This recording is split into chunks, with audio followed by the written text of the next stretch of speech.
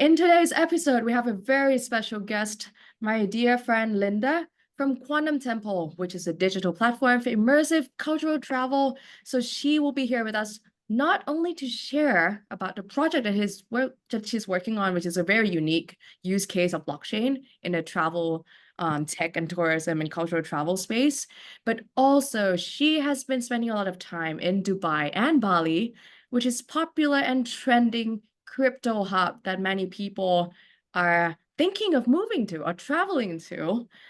So today she has a lot of alpha to share, both on her project, whether it be like alpha leaks, what's coming up in store for her this year, but also insights on Bali and Dubai. So stay tuned and watch until the end, guys.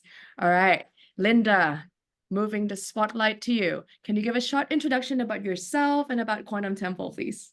Amazing. First of all, thank you so much for having me today. Such a pleasure to tell you a little bit about my story and like also what we're doing with Quantum Temple. So a little bit about myself. I'm originally from Italy, born and raised in Rome. But I think I consider myself to be a nomad at heart. I left home when I was like 17 and like never came back and been on kind of like a global route around the world. I'm a political economist by background, so I've always been interested in like topics of like governance and like economic development, especially like in emerging markets. So I spent the last 13 years actually living mostly like between Southeast Asia and then most recently in the Middle East.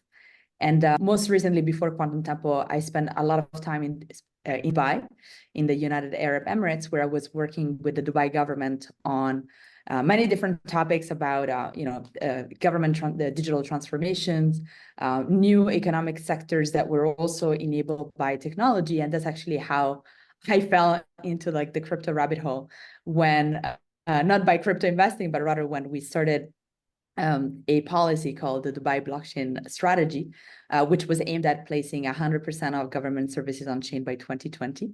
So I learned about also the space more from like a public policy perspective, and was also very interested to see how from that application, then like so many other kind of government departments started to look at like real world application using blockchain, like from the real estate department, to like even like the identity and like through the immigration departments and many other things.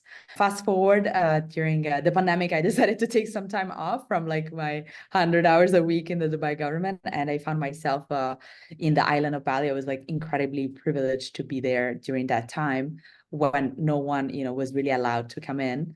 And I became very interested in like learning about travel sector and like what was happening. I'm sure everyone that has traveled to Bali like clearly sees that the island depends 70% on tourism, and like all of a sudden, during that time there was no tourism, right? So it was like economically very, very challenging for the people. But I actually learned that like tourism was not even so equitable even before the pandemic. So the whole idea of Quantum Temple started with this vision and mission of like making travel become more equitable, more transparent, and more regenerative for the local people. And with the rise of NFTs in 2021, I saw an opportunity to like bring this like, build an application like on the consumer side that was like aiming at bringing more equity in the travel space. So that is a little bit about me, a little bit about Quantum Temple, and like happy to dive deeper into that. Yeah, that's absolutely like amazing. Like your background is super diverse and your project I find is like a very unique use case of blockchain. So yeah, we go deeper into like the concept of Quantum Temple that you can like simplify to the audience on what exactly is Quantum Temple and how do you incorporate blockchain into cultural travel?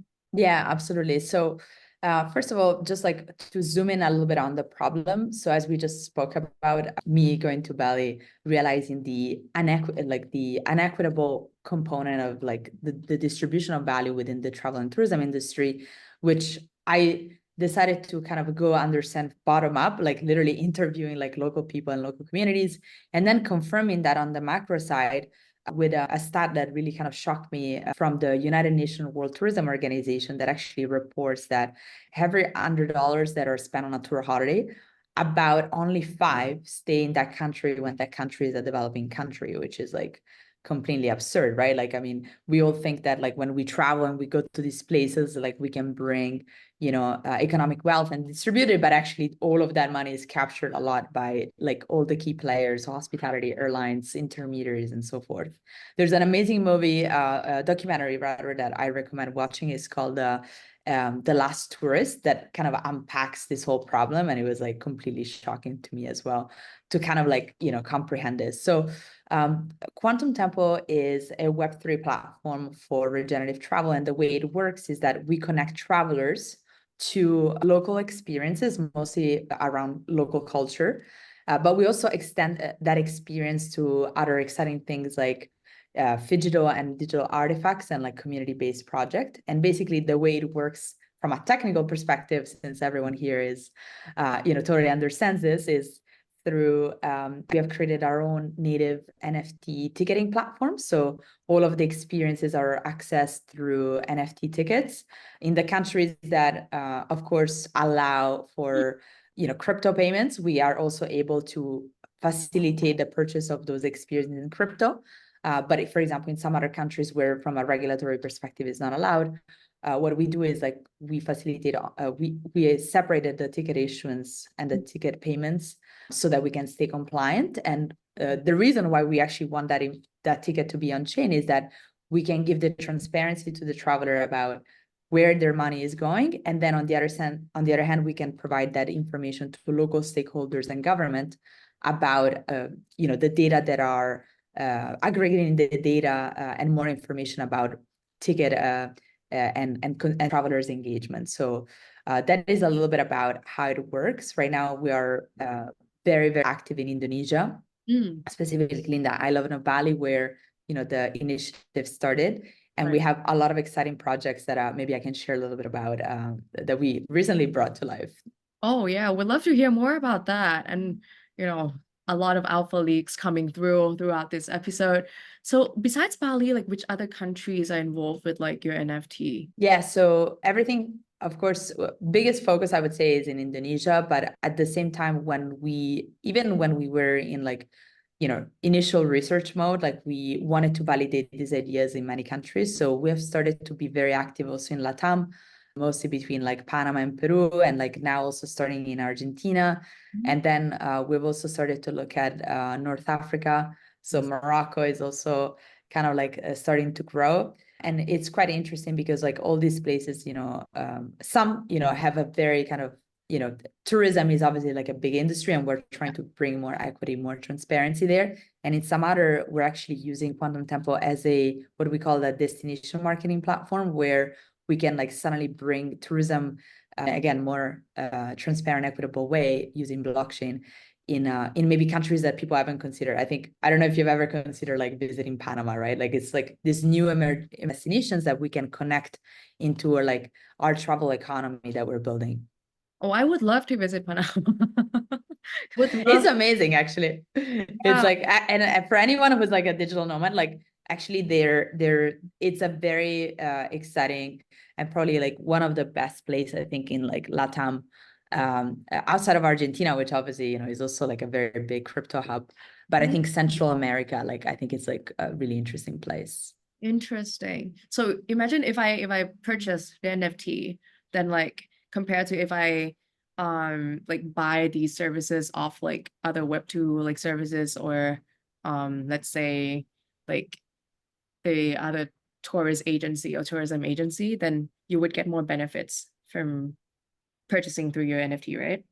Exactly. So there are three components of the infrastructures that are really interesting. On the one hand, obviously enabling ticketing issuance through the NFT ticketing infrastructure.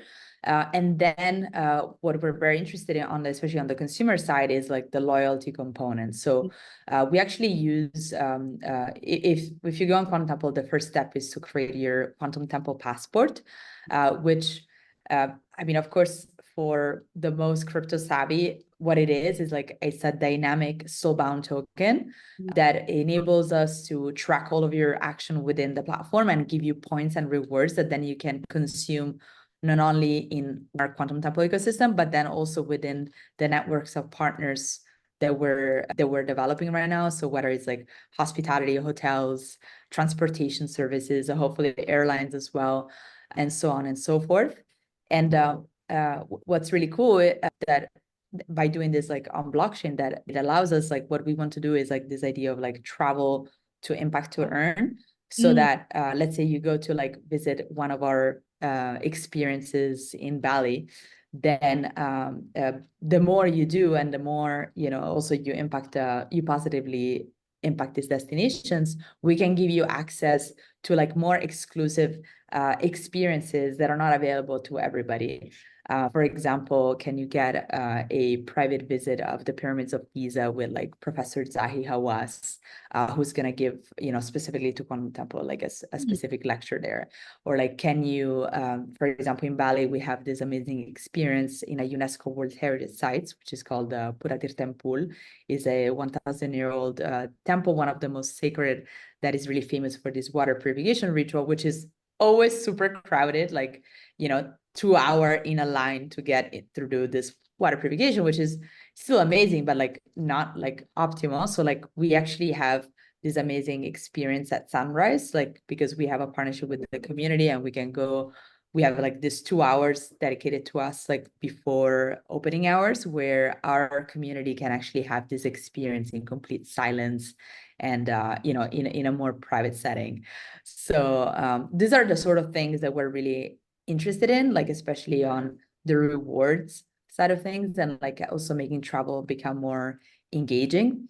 And then on a third level, it's like we're also doing some really fun things, like, you know, collecting stamps, collecting geolocated in these destinations. Think of it like kind of Pokemon Go for travel. And also the more you engage and the more you collect these items, like the more rewards you get, therefore the more things you're going to unlock. So that's a little bit about how it works on the consumer side. Oh, I wish I knew this before I visit Bali last time. Well, you need to come back then. I wish I knew this before my visit. So hopefully my next time visit. And also I just visited Dubai, so I wish I knew this before that. So now that I know, I wouldn't missed it. Oh, can you share a bit more about which blockchain ecosystem are you operating on, and how long have you been working on this project now? And which stage of your project are you on right now? Yeah, for sure. So of course, like the idea kind of like started like in the pandemic. This was like, I don't know, like April, May 2021.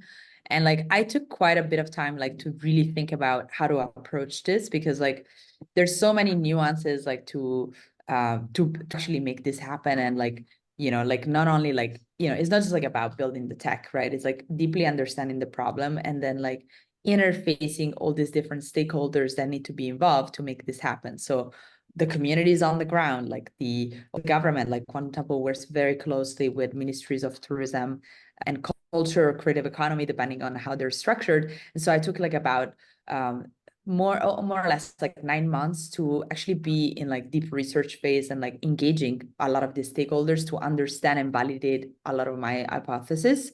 So I really started building, I would say like mid 22, after this like, you know, big kind of like research engagement. And then like about last year, April last year, we launched like our first product, which was, we were mostly focusing on digital art based cultural digital art NFTs, which we launched on both Ethereum and Algorand. So we've been all multi-chain like since the very beginning, because like we always knew that like you know, we had to be nimble, we had to like be understanding like what ecosystem was going to be best at providing, first and foremost, the right infrastructure to support our use case, and also seeing the type of community and engagement that was like revolving around those communities. So the first kind of like pilot was built across Ethereum and Algorand. We built, I think, like the only like cross-chain auction in the space that were actually, you know, our community and collectors could like this collect these items, like depending on like, you know, which way they wanted to collect them. And then as we started to like really going deep into like the travel tech infrastructure side of things, like we knew that what, you know, what was available in those ecosystems was not going to be 100% there to like support us in building consumer experiences that anyone could use, right? Because there's so many barriers to entry. So it wasn't until about, I think, this time, like last year, that I actually we started like looking very closely at Sui.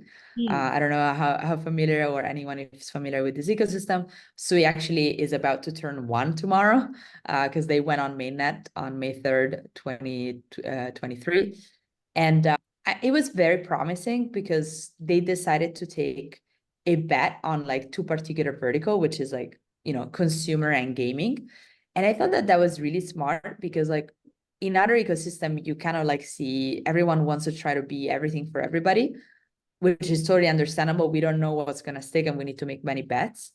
But what I noticed personally from like the Sui ecosystem is that by doing this like very deep focus, then they started building the right tooling and the right infrastructure that could really support these 2 use cases. So in our case, this has been a total reality. And like, given where we're at now and the type of activations and initiatives that we have, I don't think we have been able to be so successful if we didn't have this infrastructure in place. So some really cool things about the Sui ecosystem is that they, especially if you're building consumer, they enable us to like, abstract a lot of the difficult components of like onboarding to blockchain, or like even transacting, that would make any non-crypto user panic. And maybe I can go a little bit deeper on that, but to some, we're multi-chain, and we have been building across this 3 ecosystem, kind of uncovering a lot of really cool insights in that regards.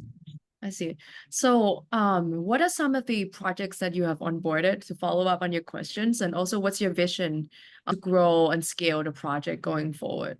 Yeah, for sure. So a lot of it, like last year, was like really about building this like core infrastructural elements, and like, as I just mentioned, like kind of onboarding on Sui was like definitely a breakthrough for us. So, for example, when we launched, building the first components of loyalty, like the dynamic soulbound token of travel, like we saw like double-digit growth on our user base within the first 30 days, right? Because like, and actually mostly from like Web 2.5 users, which was like incredible.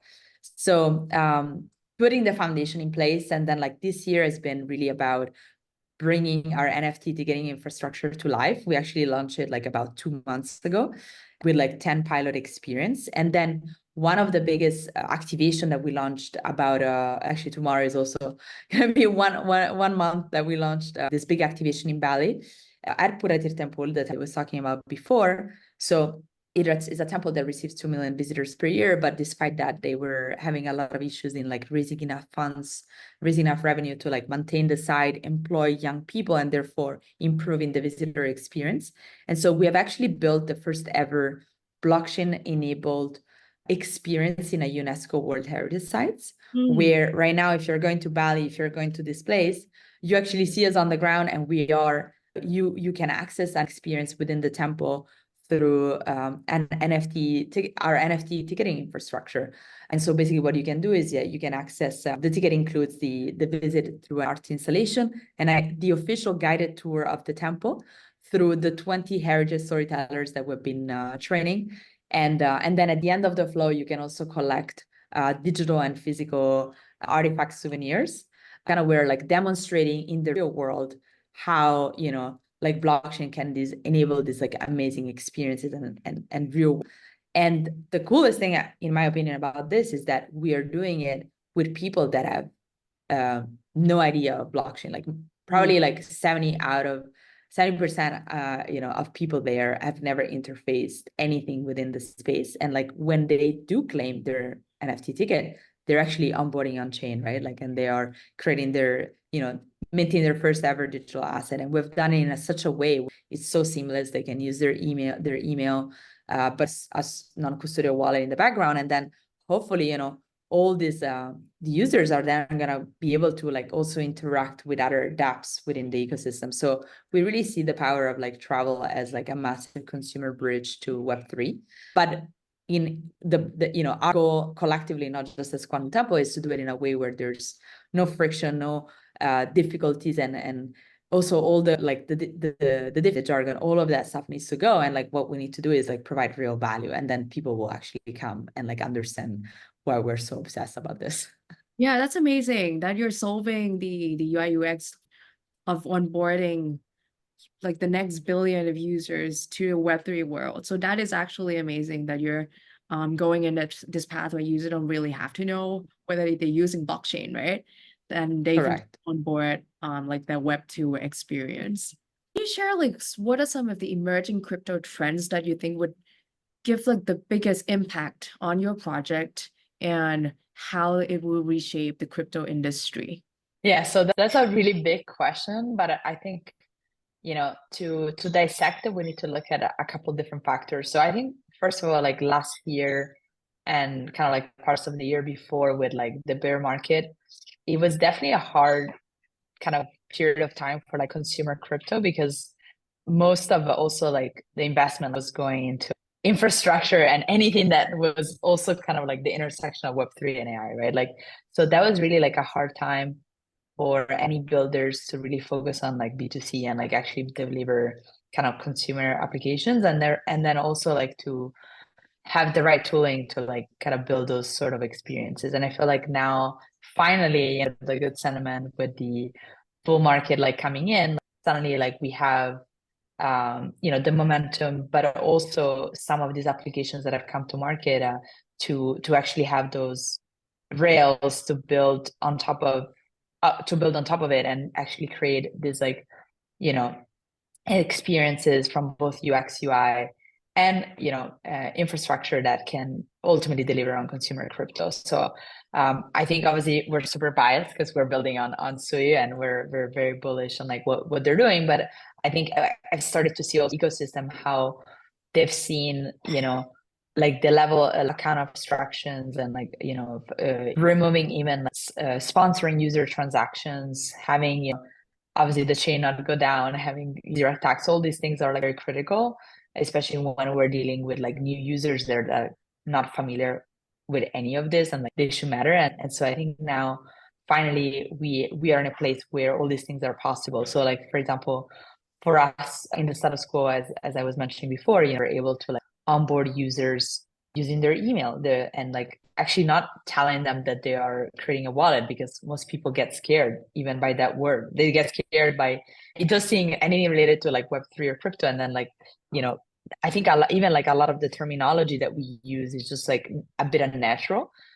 So I think there needs to be this shift as we were talking about before where we're building experiences that are like almost trivial where the users like they don't even know that actually the infrastructure is like powered by blockchain the same way when you go to a site you don't know if the backend is like on AWS or like Microsoft Azure or Google Cloud, Yeah. right? So it should be like the same thing. And I think so like on the product side I feel like more and more tooling is coming on and I think there's definitely needs to be I think we're in a good path and we can see now even like what we're doing at Quantum Temple, like these consumer experiences are totally possible.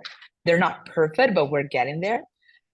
Things that can be better on the product side would be like, you know, how do we create a seamless onboarding, whether you use email or Gmail or maybe phones as well. I think it's like very much more accessible. So the same way, you know, like in Web2 platforms, you can use like OTP, WhatsApp confirmation, like that kind of like seamless. We should try to like create something that is as close to like what is normal in Web2, right? Rather than creating a new system as a transition.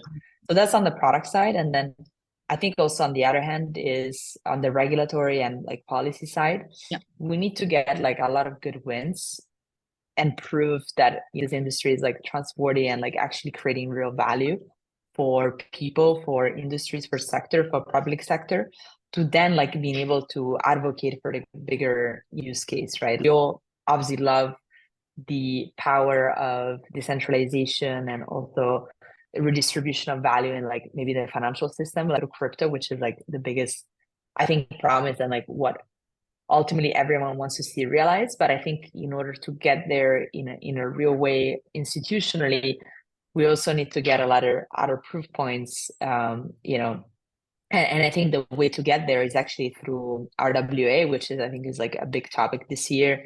Also, finally, that also the product can facilitate this. So I think RWA is like a critical step in the next transition and like more compliance, right? Like we've also seen recently, like you know, all the recent events without getting too deep. But I think it's like that, right? Like building trust and credibility, proving that we're solving real problems, we're creating real value. And I'm really interested in like the RWA bringing, a lot of strong case studies, whether it's like, in our case, it's travel, but it could be like real estate, it could be cross-border trade, it could be anything, right? So I'm really keen to see, builders like to focus on in this area. Yes, I think many projects are also catching on this narrative as well. I just did another interview with Clearpool, bringing on-chain private credits through their credit vaults on Avalanche. Yeah.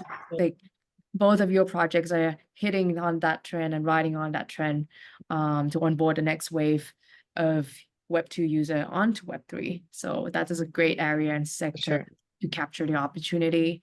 All right, now moving on to travel tips. So let's start with Dubai first. Okay, so like what are some of like the must-see or must-visit attractions for like first timer visiting Dubai? So definitely I'll give you my perspective of what I think will make a visit memorable. Of course, everyone will tell you different things, and Dubai stands for like a lot of things, but I'll just focus on maybe certain things that are more focused on the understanding Dubai and understanding the history of Dubai versus like having a great time. So maybe we can parse it into like two buckets. So I think first of all, like to really understand like the story of the Emirates and specifically Dubai, I would recommend starting at like the Etihad Museum, which is something that most people miss. Did you go to Etihad Museum during Token 2049? No, unfortunately, the flooding You didn't. way of every Okay, for sure. Yeah, you're totally. Dubai. But no worries, of course. That was like a crazy week. But actually, I didn't know even myself as a resident of the Etihad Museum until a friend of mine whose actually father was like very much involved into the development of this, like, told me about it, and I was completely mind blown. So it's a place that it's a museum that is dedicated towards the raising awareness of like how the Emirates were created. So the father of my friend actually was one of the only photographer at the time that captured, the founding fathers of the UAE creating the United Arab Emirates. So it's mostly like photography based, and you can see kind of like in the 1972, like when this happened, what was it like, and like also their transition going from like as a Bedouin culture where Dubai didn't look at all what it looks like today, and it used to take 2 days of camel riding going from Dubai to Abu Dhabi, like true fact. And kind of like how the discovery of oil like completely changed the trajectory of the country, but obviously the region as well. So definitely start there to understand a little bit about that. And then I think also what's really cool is going to Dera and the old souk, which is where you can see Dubai Port. So Dubai Port was really like the first main infrastructure that like helped position Dubai as like a trade hub, which was the port was built by Sheikh Rashid. So there you can see still like what that was, and that was really like the first main kind of like development. And like you can still find like all the souks, like the gold souk, which is like the biggest one in the world, or other goods and commodities that were traded, whether it was spices, textiles. Before it was also like pearls, which was like a major kind of like commodity that was traded like in the Middle East. And so I think that was really cool. And then definitely do a desert safari. Like everyone loves going into the desert and kind of like experiencing what that Bedouin like culture was and like where it came from. There's of these tours that are really cool where you can also do like a falcon show, because like falconry is like a major kind of like tradition in the Emirati culture. Also like camel riding. You can like learn about how obsessed they are with like the camels, which is obviously like a main symbol of their history. And then I think what's after this, what I would recommend doing is like definitely go visit the Museum of the Future. I was very lucky to work with the team that was behind this big the Dubai Future Foundation. But the Museum of the Future is not only like stunning architecturally, I'm sure you have seen the icon, or you've probably seen pieces of it with this like incredible build in oval shape wrapped around in a poem of like His Highness. which, fun fact, was one of the most challenging building to build, even more structurally difficult than the Burj Khalifa, because a lot of elements are 3D printed inside as well. And then inside you can see a little bit about what we call a future foresight through speculative design, where we're trying to pull the future forward and like challenge the audience with like, you know, what might be the impact of like this technology that we're bringing to life. So like whether it's like space or, you know, like the healthcare, robotics, and like things like that. So Museum of the Future is like really, really interesting. And I think on the more kind of like social things, you know, like Dubai is like a very cosmopolitan city that offers such incredible like cuisines from all over the world. Like you'll never get tired. You'll find like literally like everything, because it's like, you know, it's one of the most internationally diverse city on the planet with like more than 200 nationalities. So there's so much, like you can find food everywhere. There's different high end, like mid range, like also like super local. Definitely go see the Burj Khalifa, like the tallest building, you know, in the world. Is like so kind of iconic. And yeah, that's where I would start, I guess. Okay. And what are some of the insider tips that you would like to share for people who are thinking of traveling to Dubai, working from Dubai, or like working in crypto in Dubai, or getting in the crypto community in the Dubai scene? What are some of the tips, like let's say how to make the most of budget, transportation, apps like to download? It can be anything. For sure. So maybe on the practical stuff, definitely, you know, Uber and Kareem are the go-to apps like to move around. And they're, you know, transportation is incredibly affordable in Dubai. So like just using that. Alternatively, the metro is also really cool, like to really fast, like especially during rush hour. Sometimes like if you need to go really fast, don't hesitate to use the metro. Is like the cleanest metro in the world. For real. And another thing that I think is quite cool, a lot of people don't know about, is actually the RTA, the Roads and Transport Authority, has also ferries going from like Marina all the way to Dera. So like, you know, if you cannot, you know, if you don't get invited on a yacht party, like you can like kind of experience the water through the ferry, which I think is super cool. So you can like, and it's again during rush hour, like what, you know, you might as well doing it like on the ocean, you know, on the seaside, so you can go across town with the ferry, which is super cool. And also there's amazing beaches like in like so many different areas of the city. Like there's amazing beach clubs, like amazing entertainment. Like you'll find kind of like Mykonos, like meets Ibiza, like but Dubai with like 7-star service. But there's also like really nice public beaches like on Jumeirah Beach Road that you can go enjoy and like watch the sunset. Definitely avoid the summer. It's like really, really hot. So late October to like end of March is like the best season. And then like basically like from now until like end of September, it's like really, really hot.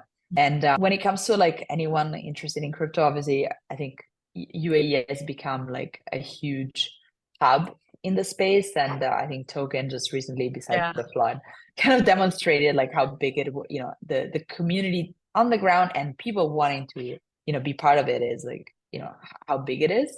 There are a gazillion events in the calendar.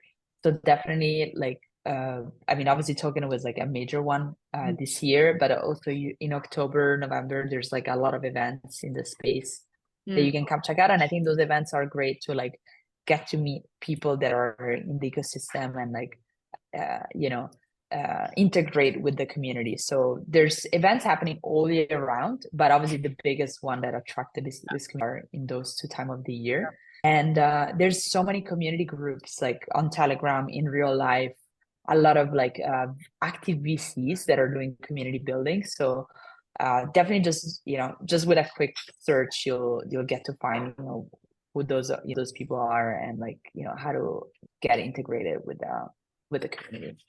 Which area would you recommend staying for people visiting to Dubai?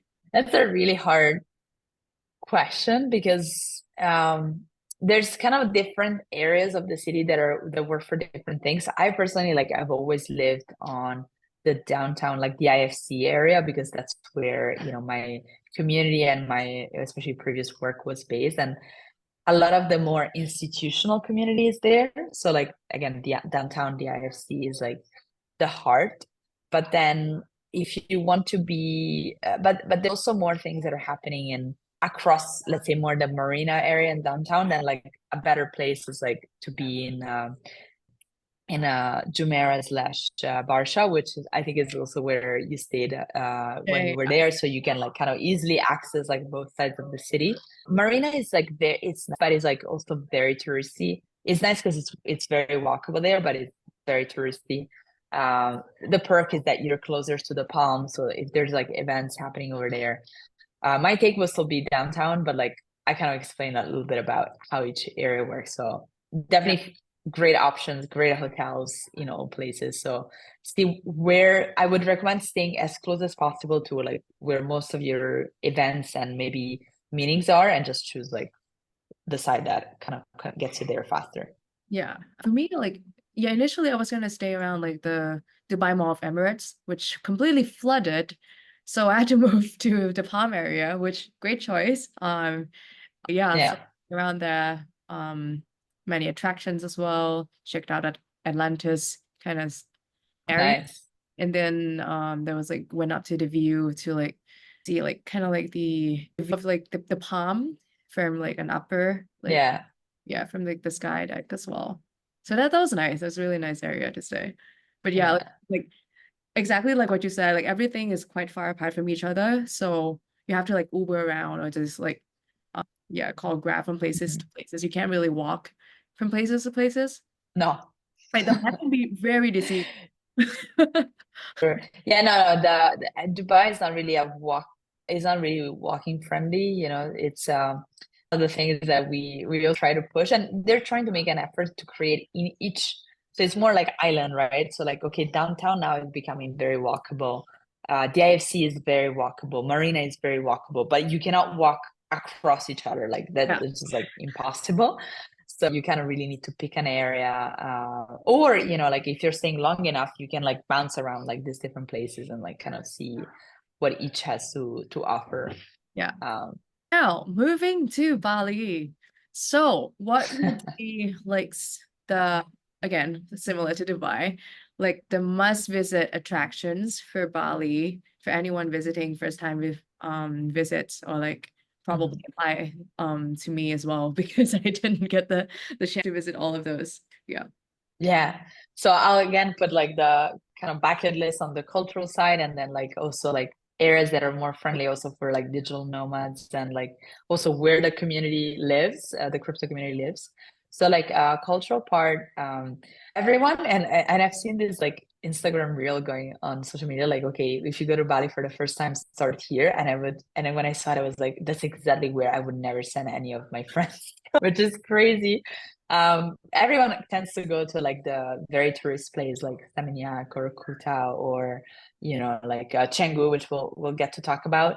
I think if you just do that, like you're gonna miss out on like the heart of Bali. And it's obviously we work in cultural heritage and we're very biased, but there's so much incredible living culture that like you really have to see. So I would 100% encourage you to like especially go to Ubud and make a base there for a bit to like really get in touch with that area.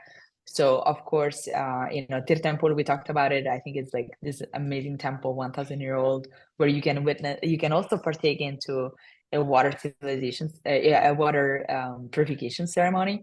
So definitely check out Tir Temple.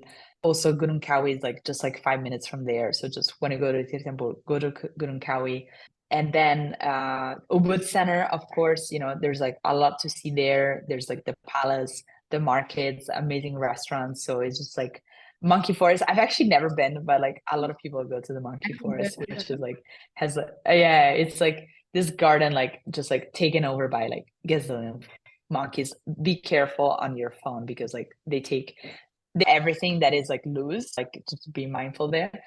And then definitely like Jatiluwi, it's what you see over here in my background. Like most people that go to Bali don't get to see this.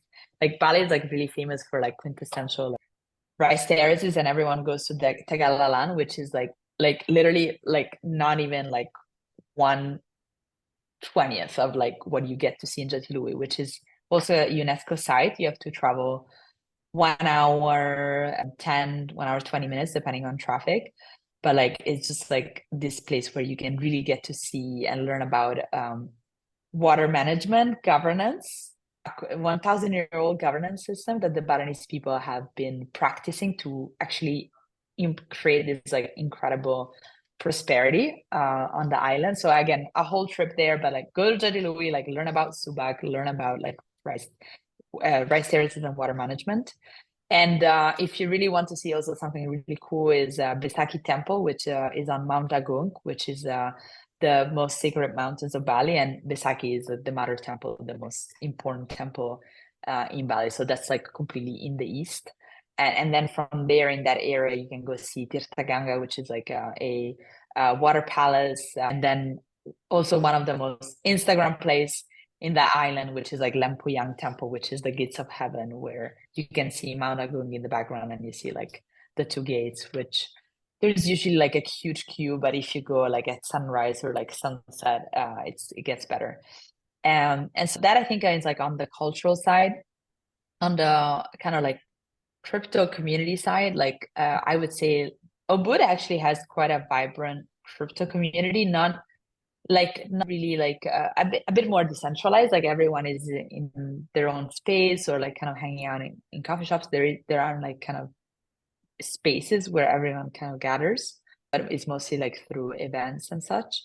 But most of the crypto community that I know actually lives between Canggu and Puraranan, where a lot of events happen. A lot of this year also you have NFT Bali that is going to happen in 1 month. We're actually going to be doing some really cool things with the guys there, and also CoinFest, which is going to happen in August, end of August. And this year, they're kind of showing. I know where they're going to host it. I cannot say where it is because I don't think they've announced it, but you can kind of guess through their visual, but it's in a really place kind of like in that area. And so yeah, most of the community kind of like lives there because Canggu, Purananan have become the trendy spots, and there's a lot of co-working spaces where people live, and there's amazing services, and also quite frankly like some of the best restaurants and like facilities like in the area. Unfortunately, it has become very, very crowded. Like you're surprised when you go there, like you'll be stuck in traffic like forever. So definitely rent yourself a motorbike. It has become what like Seminyak used to be like way back in 2017, and now Canggu is like exploded, which is why I actually personally don't tend to spend a lot of time there because I just cannot deal with the traffic. But if you're just there and you're happy, like maybe like doing as little commuting as possible and just like walking around, like it's okay. But traffic is like really now in that area. But again, amazing restaurant. So like you cannot have it all. And then lastly, definitely check out Uluwatu. I think it's like also one of my favorite places in Bali. It's like in the south. So you go and there's like this epic kind of cliffs, and the weather is always super nice there. It actually tends to rain less even during rainy season. So like it might be like pouring, like there might be like another Dubai flood. No, I'm joking. It's like, but heavily pouring in the middle center of the island. But then you go to Uluwatu and it's like spectacular, and get to see this like incredible sunset. And also some of the best surfing is in the south between Uluwatu and like Nusa Dua. If anyone likes to surf, like definitely those are like the two key spots. Canggu is also a surf spot, but it's more for like beginners, and the waves are not like the best. Best in Bali are definitely in the south. And finally, Nusa Penida is like and Nusa Lemboyan are also two islands that belong to Bali, so you can easily do like a day trip or spend a couple of nights there, and you can see like manta rays and do like some nice boating around. And there's there's a lot of really famous spots that people like to go check out. Absolutely amazing. That's a whole list of things for my next visit as well. Would love to visit all of them. All right, so definitely. Finally, the Alpha Leak. So can you share some exclusive Alpha Leak about upcoming developments or initiatives of Quantum Temple that our audience should keep an eye out for this year? Definitely. So quite a lot in the pipe right now. There's a bit of things from many. So first of all, yeah, we're constantly expanding and adding. Our big goal is like to expand, obviously that you can get to enjoy. So keep an eye on what's happening in Bali, because we're going to expand to like a lot more destination sites, especially in the center part of the island. And then also very excitingly, we're most likely going to expand to new destinations between LATAM and also North Africa, as we talked about before. And in the next 2 months, we're going to also be doing an NFT drop.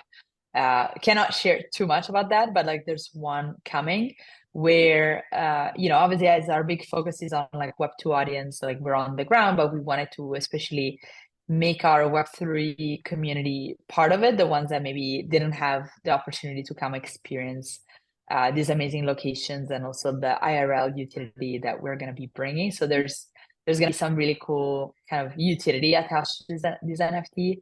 So keep an eye on our channel, especially like later this month. And finally, one big thing that we can also start talking about is, so because of, as I mentioned before, we do a lot of work with the government, especially Indonesia. We have a big partnership with the Ministry of Tourism and Creative Economy. We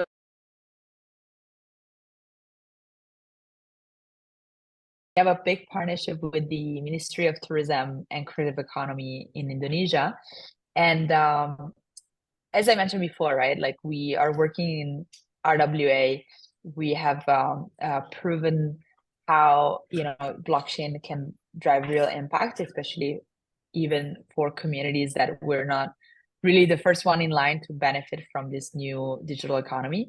And now they're so excited about, exploring new use cases that they've actually been working together on creating Indonesia Blockchain Summit, which is going to be coming up later this year. It's going to be a B2G event where we're going to be hosting and inviting, some of the, leading companies and also protocols in the space that are really interested in our case, the theme is going to be about unlocking Indonesia digital economy through real world applications. So definitely, if you are in the space and you're interested in Indonesia, please do reach out to us. We're going to be, selecting the best of breeds in the space, but we're going to be hosting this really cool event kind of later this year. So more coming soon on that side. And I think Indonesia is like such an amazing country with amazing people. They're very bullish on use cases in the space, and it's on track to become the fourth largest economy in the world, and it's already like the fourth largest digital economy in the world. So I think there's a lot of opportunity for many of us in this space. So looking forward to seeing you in Bali later this year. Yeah. Oh, wow. That's like a lot in store and so much alpha today. So that wraps up today's episode, guys, with Linda, the amazing Linda, which is so talented and so much in store for us. All right. So thank you so much, Linda, for sharing all your insights on your projects, what you're working on, also in travel tips to Dubai and Bali. So do subscribe, Quantum Temple. Check out and stay tuned for what's in store for them. And subscribe to the channel, guys, for more alpha leaks and more exciting episodes coming through. All right. Thank you for tuning in, guys. Thank you so much. Thank you, Linda, for your time today. Thank you for having me. Thank you, everybody. Yay!